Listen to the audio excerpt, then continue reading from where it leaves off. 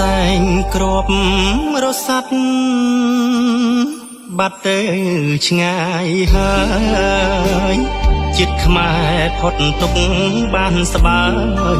បានឆ្លងដល់ក្រោយសុខសន្តិភាពដែកជួដែកជះឈ្នះជ្រួតជ្រាបតម្លៃនៃសន្តិភាព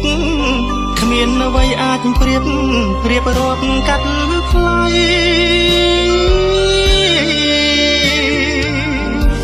ខ្មែររួចផុតទុកព្រោះពុកពុះពីពុកស៊ូឃ្លាតពីភរិយាឆ្ងាយទាំងបុតភ្ងារងាក្នុងផ្ទៃដាក់ទុនជីវិតពិតមិនខ្លាចខ្សែគុណពុកសែនធំពេកក្រៃ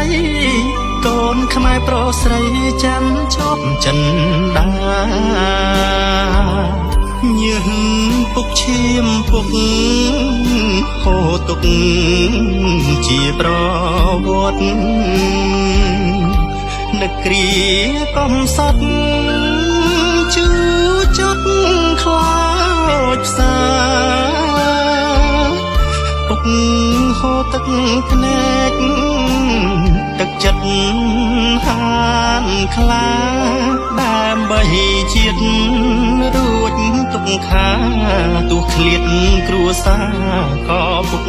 មិនរី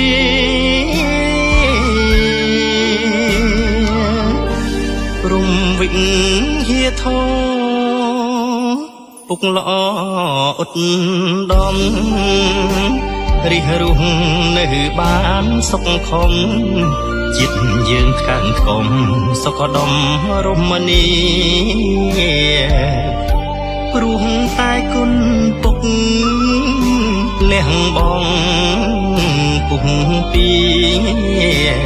កូនខ្មែរគ្រប់រូបរួមគ្នាបដិញ្ញាការពារសុខសន្តិភាព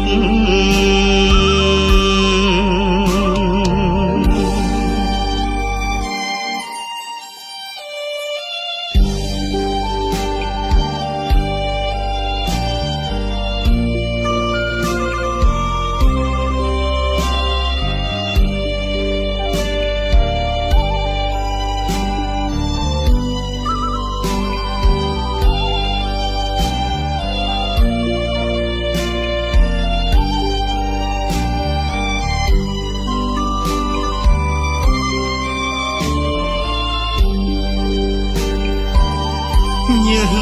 ពុកឈាមពុកហូរទុកជាប្រវត្តិនឹកគ្រាកំសត់ជូចត់ខ្លោចផ្សាពុកហូរទឹកភ្នែកទឹកចិត្តហានខ្លាដើម្បីជាតិរួចទុកខា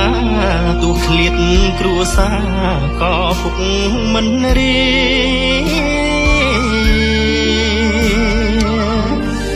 រំវិញហៀធោពុកល្អឧត្តមរិះរុះនៅបានសុខខំចិត្តយើងថ្កើងថ្កុំសុខដុមរមនី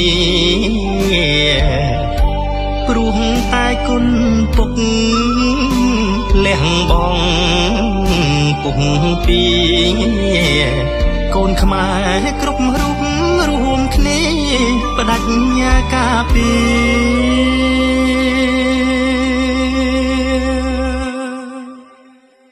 សុខសន្តិ